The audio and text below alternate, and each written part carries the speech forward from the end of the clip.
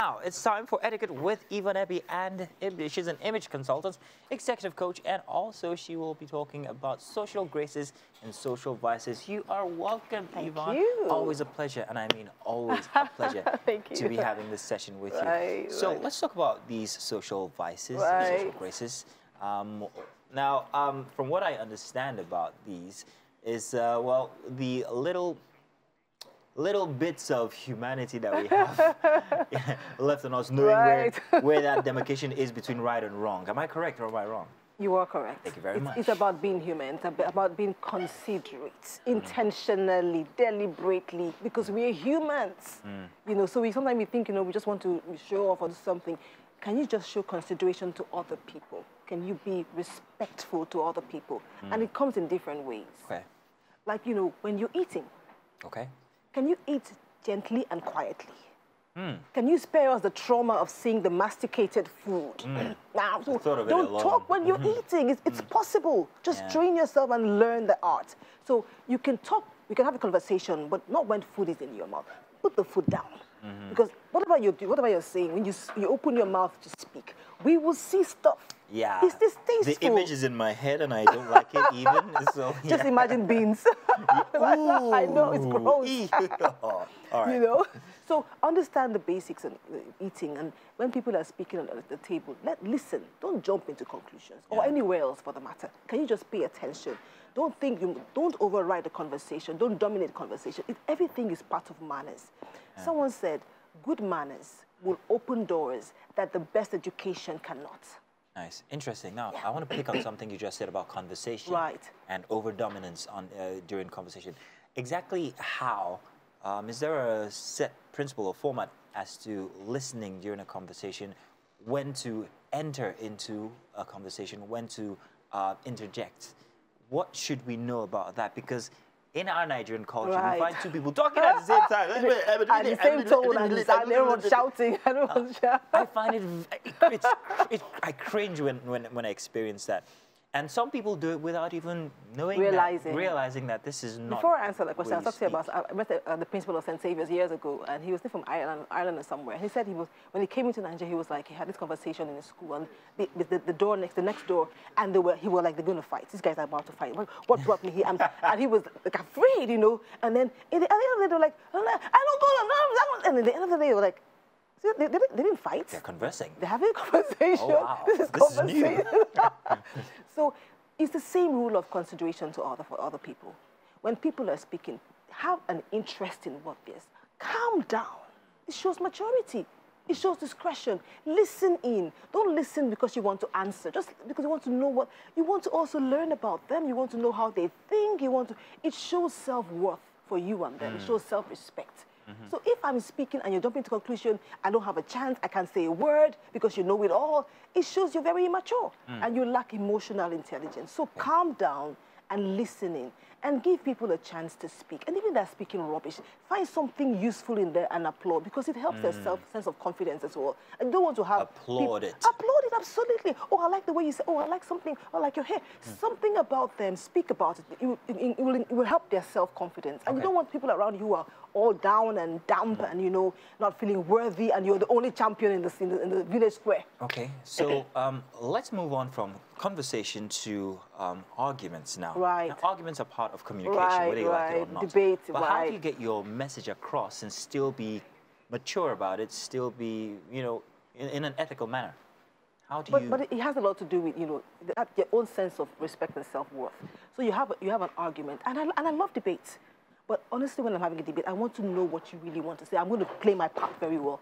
And I would take from what you're saying and have a robust conversation later on. So listening. And even if you disagree, can you do it with maturity? Can you do it with respect? Don't abuse. How exactly it's do you possible. Do it with respect? So you have an opinion I don't agree with. Yes. But I listen in, first of all. And I can say very politely, oh, I hear you, but I don't agree with you. Not, shut up, stupid, nonsense, you. You know, I hear you, but I beg to disagree. Say it politely. Your tone will reflect politeness. The words you speak, always remember to calm down. Now, let me now add to that and change the dynamic by using an employer-employee situation in debates. how does that play out? The employer owes you the responsibility to understand what you're... Do you know that employees bring a lot to the table? First of all, that whole thing of, I'm an employer there, therefore I know it all, is so, so wrong. Nobody can oppose you. People should be able to oppose what you think. And have a healthy debate. Create that enabling environment for that, so that they can bring to their A game to the table. That will only happen if they can contest, if they can debate, if they can disagree with you. I like what you're saying, Ma, but I don't agree with you. Boss once said to me, he said, Yvonne, Yvonne doesn't agree with me. It was in a board meeting, but this is what I think. At least she knew my position. And she's a tough person, but I was able to express myself. You can't mute me, unfortunately.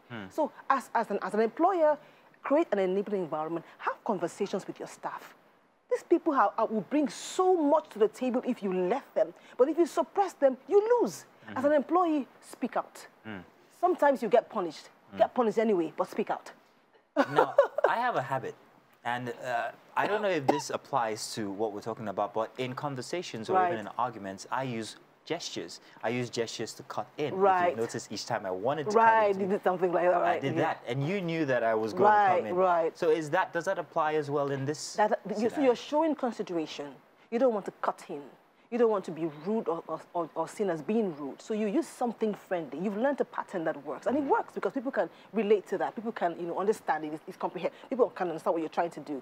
Rather than just, cutting in all the time. Or two of us having a conversation, a third person wants to come in and just cuts in. No, excuse me. No, I'm sorry, I like to cut in. So you're learning the art of working with people as well. And that is so key because we always will have... People are always part of our organizations, our work, our enterprise, our business, our homes. So you have to find a way around, find that balance, and always remember to be considerate. That if you can remember that key word, because consideration is so important. The 10 donuts and we're 10, and you take 2, because you're hungry, you're starving. So are the rest of us. Consideration for other people. You are 5 in the room, and you're the only one. All your points must be heard. Somebody else is shy, but it's just an intelligence. She's just like shy. If you can make her speak and allow her land, not that she's speaking, you grab it up and say, no, because you think you know better. Knowledge shouldn't make you feel insolent. Shouldn't make you rude and impolite and insolent. Calm down and show maturity and show discretion. That's also very important. And don't be flippant and shut up sometimes. Shut up sometimes. Now, for everything that you said just now, you can't separate that from emotional intelligence. No, you can't. But emotional intelligence is not something that most people actually apply when it comes to interactions. Life would unfortunately show them that they have to do that as they get along. Because you can't just go on like being crude and being rude and being crude and just carrying on. I will tell you something, however. A lack of emotional intelligence and money and wealth are not a good combination. And you find that people who lack... So you're saying that if you're poor, you can't afford the luxury of being emotionally unintelligent. Exactly, exactly. So you find that some rich people actually lack emotional intelligence, and it affects their interactions, and it's... Very true. Absolutely. So it's something that... So we're trying to start from, from early years with schools. We're having, collaborations and partnerships to work with public and private schools. Because if you learn it early, and you will not start as EI for the younger ones, begin as attitude. That's why I said to some group, I said, allow the children go to school after exams and play. Don't just say nothing happening in school. Let them learn team spirit. Let them learn to lose without losing it. Do you have children that play board games and then they lose, they just scatter the whole thing and think, so it starts from there. So team spirit, and you lose, but you can shake your opponent and say, congrats, that was a good game. You played well. So can we teach our children from the get-go to understand the place of attitude, the correct attitude, the right behavior? You don't feel good, but you can still do the right thing. Don't throw your toys out the pram because you didn't win. Don't bang the door. Don't bang the door because your mom said something to you. That's rude, and you correct. It's very interesting the bits that you bring out here when we discuss about etiquette, and I really appreciate them. I wish we had more time. In fact, I always look forward to you being on the show here, and I can't wait for next week when we have you on again to discuss something very interesting. And I hope that everybody out there has taken a key note from what we've spoken about. Consideration, be human. Absolutely. It's key.